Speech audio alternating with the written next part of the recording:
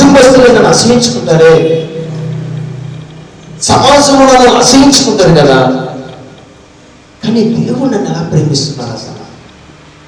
అందుకే గ్రీకులో హిబ్రీలో కూడా లవ్ అంటే ప్రేమ, అగాయి అంటే దాని వర్ణింప సత్యము లేనిది. దేవుడు నిన్ను అంతా ప్రేమిస్తున్నాడు. మోసపోయిన ప్రేమ కొరకు గంటల కొద్ది మన సమయాన్ని కేటాయిస్తున్నాం. నీ హృదయాన్ని గాయపరిచే స్నేహితులతో గంటల కొద్ది మనము సంభాషణ కలిగి ఉంటాం.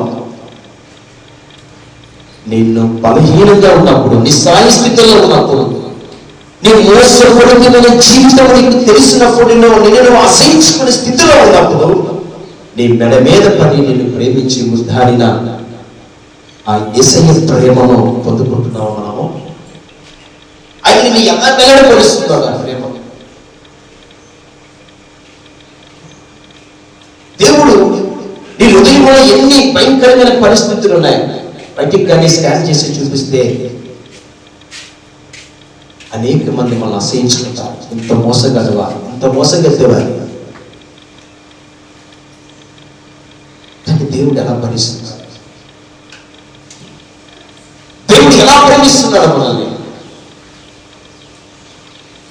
ఆ ప్రేమను వర్ణించగలము మనము. అందుకే ఆయనకి ఎక్కువ సమయం గడపట్లేదు.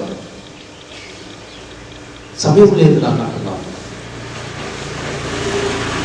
నీకు ఇష్టమైన వ్యక్తితో ఎంత బాగా అందంగా తయారయ్యి, ఒక మంచి అట్మాస్ఫియర్, ఒక మంచిగా సెట్ చేసుకొని ఆమెని సంతోషపెట్టాలి, అతన్ని సంతోషపెట్టాలి, నా తల్లిదండ్రులు సంతోషపెట్టాలి, నా పిల్లల్ని సంతోషపెట్టాలని, నువ్వు చేసిన ఉద్యోగంలో నా అధికారిని సంతోషపెట్టాలని, నా కాలేజీలో, హాస్టల్స్లో, నా కుటుంబంలో, నా వ్యాపారంలో అనేకమైన ఆలోచన కలిగి ఉంటాం. కానీ దేవుని విషయంకి వచ్చేటప్పటికి మన ఆలోచన ఉంటున్నాం. దాన్ని మార్చుకోవాలి. ఎందుకు తెలుసా? దేవుని వాక్యం చెప్తుంది. అయితే దేవుడు మన ఎడల తన ప్రేమను వెల్లడిపరుచుచున్నాడు. ఎట్లనగా మనం ఇంకనూ పాపులుగా ఉండగానే క్రీస్తు మన కొరకు, అంటే నీ హృదయ పరివర్తనలో మార్పును తీసుకుంటాను అండి. మన హృదయం ఎంత మోసకరమైన నా కొరకు యేసయ్య చనిపోయాడా, ఇంత బలహీనంగా నన్ను విడిచిపెట్టేశారు అందరూ. ఎవరు నేను ఏడుస్తుంటే ఎందుకమ్మా ఏడుస్తున్నామని పట్టించుకునే నాదం లేదు. ఎందుకు ఇలా జరుగుతున్న నా జీవితంలో ఈ కష్టాల నుంచి, బాధ నుంచి విడిపించి మమ్మల్ని ఓదార్చలేడు కదా. నేను ఇంత బలహీనతగా ఉన్నప్పటికీ, నాలో ఇన్ని పాపం ఉన్నప్పటికీ కూడా నా దేవుడు నన్ను ఎంత ప్రేమిస్తున్నాడా, ఆ దేవుడు నన్ను నేను ఎన్ని రోజులు దూరంగా పెట్టానని పశ్చాత్తాపడవలసినంత బాధ. నువ్వు నిజంగా ప్రేమించే వ్యక్తితో గడపాలని ఆశ కలిగి ఉంటారు. మనుషులు ప్రేమించడం వాళ్ళని మోసం చేస్తారు.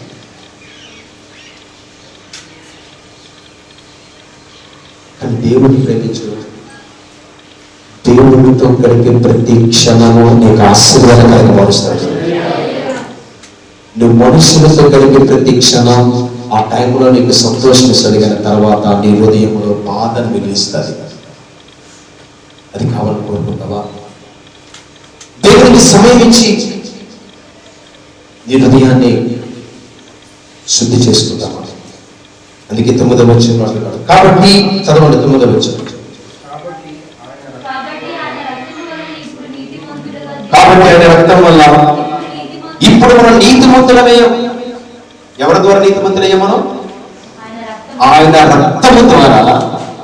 యేసుక్రీస్తు ప్రభువారు ఇంత బలహీనమైన మన కొరకు, మన హృదయంలో చెడు చూసి పాపులమైన మన కొరకు ఏ ఒక్కరు ఓదార్పలేక, ఏ ఒక్కరు మన సమస్యలకు పరిష్కరించలేక నిస్సాయ స్థితిలో ఉన్న మన కొరకు యేసుక్రీస్తు ప్రభువారు నిన్ను ప్రేమించేవారు. నీ కొరకు, నా కొరకు సిలువలో ఆయన 2 చేతులకి మేకులు కొట్టబడింది.